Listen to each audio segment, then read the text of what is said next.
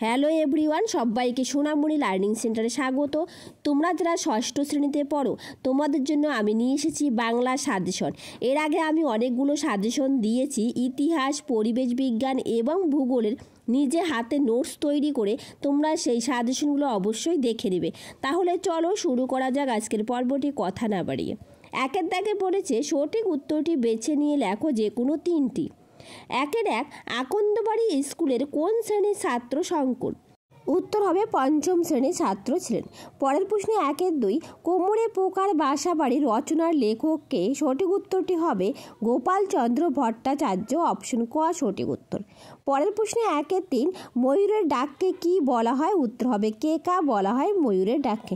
প্রথমে আমরা গদ্য থেকে প্রশ্নগুলো নিয়েছি, এরপর আমরা পদ্য থেকে প্রশ্নগুলো নিব। পরের প্রশ্ন একের চার, প্রকৃতি বিজ্ঞানের ক্লাস বইতে পাখির ছবি শিক্ষককে? সঠিক উত্তরটি হবে অপশন খ বিভীষণ দাস। এরপর দেখো দুইয়ের দাগ, সংক্ষেপে উত্তর দাও। দুইয়ের এক, এই খোলামেলা পৃথিবীটাই সবচেয়ে বড় বই, এ কথা কে বলেছেন? উত্তর, আকন্দবাড়ি স্কুলের প্রকৃতি বিজ্ঞানের শিক্ষক বিভীষণ দাস এই কথাটি বলেছিলেন। চলো পরের প্রশ্ন। এরপর দেখো দুইয়ের দুই, আমি পশুর ভাষা বেশ বুঝি কার উক্তি? উত্তর, উক্তিটি রিউবেন ক্রাস্টাং সাহেবের। পরের প্রশ্ন দুইয়ের তিন, মাকড়সা শিকার করে কোমরে পোকা কোথায় রাখে? উত্তর, মাকড়সা শিকার করে হুল ফুটিয়ে তাকে অসাড় করে এনে বাসার কুঠুরিতে রেখে দেয়। পরের প্রশ্ন দুইয়ের চার, ভাষার প্রয়োজন হয় কেন?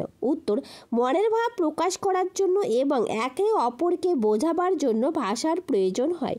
এখানকার প্রত্যেকটা প্রশ্ন খুবই ইম্পর্টেন্ট। তোমরা আগের যে সেটগুলো দিয়েছি সেই সেটগুলো অবশ্যই দেখে নিও। পরের প্রশ্ন দুইয়ের পাঁচ, শঙ্কর কিসের স্বপ্ন দেখে? উত্তর, শঙ্কর শঙ্খচিলের স্বপ্ন দেখে। এরপর দেখো তিনের দাগ, নিজের ভাষায় উত্তর লেখো। তিনের এক, শঙ্কর স্বপ্নে এমু পাখিকে কেমন অবস্থায় দেখেছিল? উত্তর, শঙ্করের স্বপ্নে এমু একটি বিশাল ছাই রঙের পাখি ছিল, যা দেখতে বাজ পাখির মতো তবে আকারে বড়। সেই পাখি গোল পুকুরে বড় দিঘির পাড়ে সবেদা গাছের ডালে এসে বসেছিল। তাকে দেখে কাকের দল চিৎকার করছিল আর সে উড়ে গেল, তার ডানার বাতাস কাটার শব্দ শোনা যাচ্ছিল। পরের প্রশ্ন তিনের দুই, পাগলা বাতাসে তার ঢেউয়ের গুঁড়ো সব সময় উড়ে আসছে, এখানে বাতাসকে পাগলা বলা হলো কেন? উত্তর, আকন্দবাড়ি স্কুলের অবস্থান বঙ্গোপসাগর থেকে 5 থেকে 7 মাইল দূরত্বে।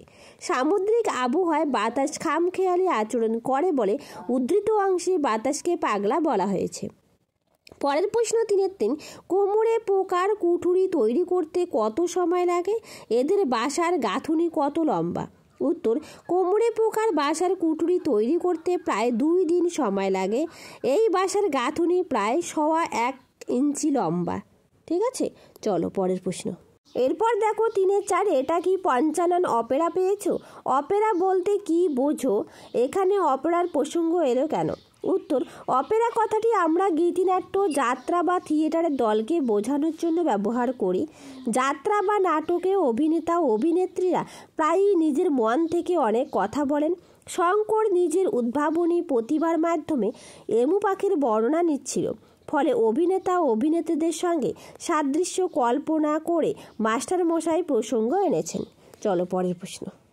এরপর দেখো তিনের পাঁচ, রিউবেন কাস্টাং সাহেব কিভাবে বন্যপ্রাণীর আক্রমণ থেকে রক্ষা পেয়েছেন? উত্তর, রিউবেন কাস্টাং সাহেব প্রায় 40 বছর বন্যপ্রাণীদের সঙ্গে কাটিয়েছিলেন, তাই তিনি বন্য জন্তুদের আচরণ ভালোভাবে বুঝতে পারতেন। তিনি পশুদের গলার স্বর অবিকল নকল করতে পারতেন, যা তাকে বহুবার বন্যপ্রাণীর আক্রমণ থেকে রক্ষা করেছিল। প্রশ্নগুলো খুবই ইম্পর্টেন্ট। চলো পরের প্রশ্ন। এরপর দেখো কবিতা থেকে প্রশ্নগুলো রাখা হয়েছে। চারের দাগে সঠিক বিকল্পটি বেছে নাও। চারের এক, হাইনরিখ বিশিষ্ট ফরাসি কবি, ইংরেজ কবি, জার্মান কবি নাকি আমেরিকান কবি? তো সঠিক উত্তরটি হবে জার্মান কবি। পরের প্রশ্ন চারের দুই, পায়েন যেন বরফের ড্যাশ কাপড় পরে আকাশে নয়ন তুলে দাঁড়িয়ে আছে, সোনালি নাকি রূপলি নাকি সবুজ নাকি লালচে? তো সঠিক উত্তরটি হবে অপশন খ রূপলি। পরের প্রশ্ন চারের তিন, কবি নীরেন্দ্রনাথ চক্রবর্তীর একটি কাব্যগ্রন্থ হলো নীল নির্জন। যেতে পারি কিন্তু কেন যাব, প্রান্তরেখা, ছড়ানো ঘুঁটি। তো সঠিক উত্তরটি হবে অপশন ক নীল নির্জন। নীল নির্জন কবি নীরেন্দ্রনাথ চক্রবর্তীর একটি কাব্যগ্রন্থ। তার সাথে বলে রাখি, যদি তোমাদের ভিডিওটা ভালো লেগে থাকে একটা লাইক, শেয়ার অ্যান্ড কমেন্ট করবে। আর যারা নতুন প্লিজ চ্যানেলটা সাবস্ক্রাইব করে পাশে থাকবে। আমি তোমাদের জিওগ্রাফি এবং হিস্ট্রি এবং পরিবেশ ও বিজ্ঞানের উপর একটি সাজেশন নোটস দিয়েছি, ফাইনাল সাজেশন নোটস, হাতে লেখা নোটস। তোমরা অবশ্যই সেই নোটসটা দেখে নিও, সেখান থেকে তোমরা সমস্ত প্রশ্নই কমন পেয়ে যাবে। এরপর দেখো 4-এর 4 ঘাস ফড়িং কবিতায় ঝিরঝির বৃষ্টির উল্লেখ আছে একবার, দুবার, 3বার নাকি 4বার? তো সঠিক উত্তরটি হবে 2বার। পরের প্রশ্ন 4-এর 5 খোলের মধ্যে বোঝাই করা রয়েছে ধান, আলু, গম নাকি শুকনো খড়ের আঁটি? তো সঠিক উত্তরটি হবে শুকনো খড়ের আঁটি বোঝাই করা আছে খোলের মধ্যে। চলো পরের প্রশ্ন। এরপর দেখো 5-এর দাগ সংক্ষেপে উত্তর দাও। 5-এর 1 কাকে প্রতীকজনের ছাতা বলা হয়েছে? উত্তর অশ্বত্থ গাছকে প্রতীকজনের ছাতা বলা হয়েছে। পরের প্রশ্ন 5-এর 2 পাম গাছ কোথায় দাঁড়িয়ে আছে? উত্তর মরু তটে পাম গাছ দাঁড়িয়ে আছে। পরের প্রশ্ন 5-এর 3 পাইন গাছ কোথায় দাঁড়িয়ে রয়েছে? উত্তর পাইন গাছ উত্তরের বুনো নগ্ন বরফ ঢাকা পাহাড়ে দাঁড়িয়ে রয়েছে। এই প্রশ্ন দুটো কনফিউশন করবে না, যার জন্য আমি পরপর দিয়েছি পাম গাছ আর পাইন গাছ, ঠিক আছে? চলো পরের প্রশ্ন। 5-এর 4 পাইন গাছ কিভাবে স্বপ্ন দেখে? উত্তর তুষারাবৃত পাহাড়ে দাঁড়িয়ে পাইন গাছ দুলে দুলে স্বপ্ন দেখে। মরুতটে পাম গাছ কষ্ট সহ্য করে দাঁড়িয়ে রয়েছে। পরের প্রশ্ন 5-এর 5 রোদ্দুর কার গায়ের মতন? উত্তর রোদ্দুর মাছরাঙার গায়ের মতন।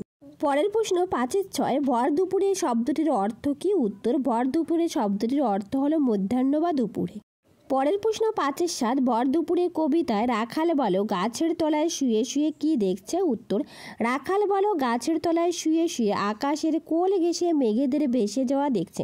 অর্থাৎ গাছের নিচে শুয়ে আকাশে যে মেঘগুলো ভেসে বেড়াচ্ছে চারদিকে, সেগুলো সে শুয়ে শুয়ে দেখছে। চলো পরের প্রশ্ন। এরপর দেখো 6-এর দাগ নিজের ভাষায় উত্তর লেখো। 6-এর 1 খড়ের আঁটি কোথায় কিভাবে আছে? উত্তর ভর দুপুরে কবিতায় বলা হয়েছে নদীর ধারে একটি বড় নৌকা বাঁধা রয়েছে, সেই নৌকার খোলের মধ্যে শুকনো খড়ের আঁটি বোঝাই করা আছে। পরের প্রশ্ন 6-এর 2 ভর দুপুরে কবিতায় অশ্বত্থ গাছটিকে প্রতীকজনের ছাতা বলা হয়েছে কেন? উত্তর ভর দুপুরে কবিতায় কবি নীরেন্দ্রনাথ চক্রবর্তী একটি নিস্তব্ধ নিঝুম দুপুরের ছবি এঁকেছেন। অলস মধ্যাহ্নে ডালপালা মেলে দাঁড়িয়ে রয়েছে একটি অশ্বত্থ গাছ। কোনো ক্লান্ত পথিক যখন এই অশ্বত্থ গাছের তলায় আশ্রয় নেয়, তখন গাছটি তার ছড়ানো ডালপালা ও পাতার ছায়ায় পথিকদের রোদ বৃষ্টি থেকে রক্ষা করে। তাই অশ্বত্থ গাছটিকে পথিকজনের ছাতা বলা হয়েছে।